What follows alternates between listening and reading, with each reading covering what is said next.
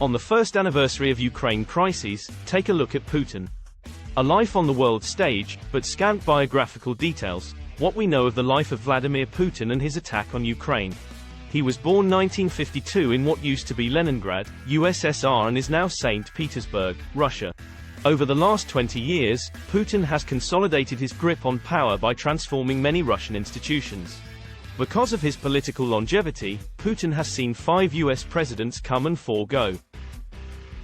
For as long as he's been in the public eye, Russian President Vladimir Putin has been a closed book, with relatively few confirmed facts about his real thinking on foreign affairs and what motivates his policy actions. His personal life, too, has been shrouded in mystery and controversy. And now the Putin enigma is testing the world again because of fears he may launch an invasion of Ukraine, Russia's western neighbor, and what this could mean for Ukraine's fragile democracy and the broader US and European security order in place on the continent for decades. With the crisis deepening, Russian Foreign Minister Sergei Lavrov and US Secretary of State Antony Blinken are expected to meet for talks in Europe next week. But President Joe Biden, while leaving the door to diplomacy open, left no doubt Friday that he's convinced Putin has already made up his mind to invade. Putin's early days. He served for 15 years in the KGB, the Soviet-era agency that was the counterpart to the CIA.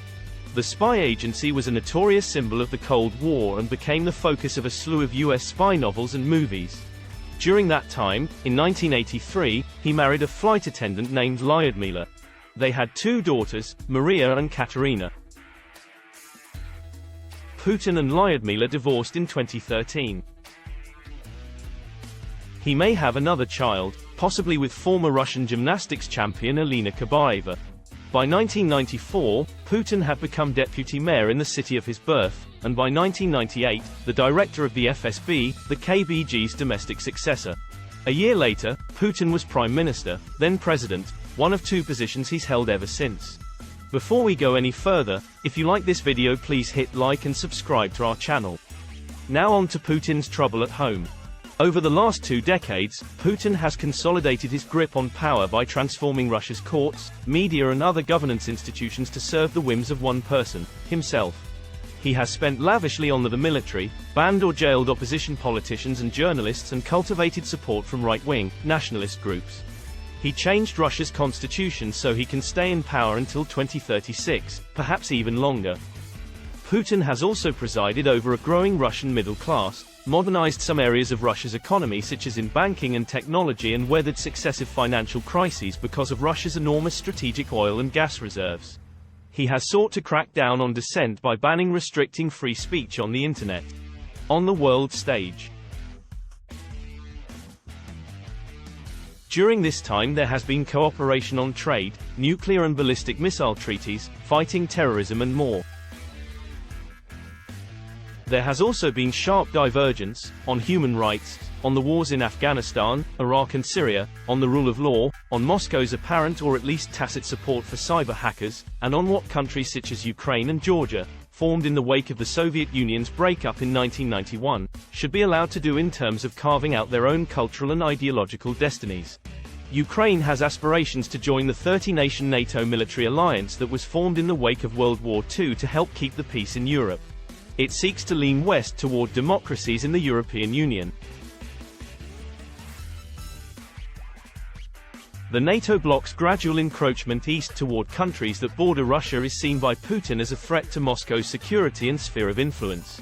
It is this, partly, analysts believe, that underpinned Russia's annexation of Crimea in 2014 and Moscow's support for separatist rebels in Ukraine's Donbas region, where fighting has raged for 8 years and is now the subject of an intense international spotlight because of what it could say about Putin's invasion plans.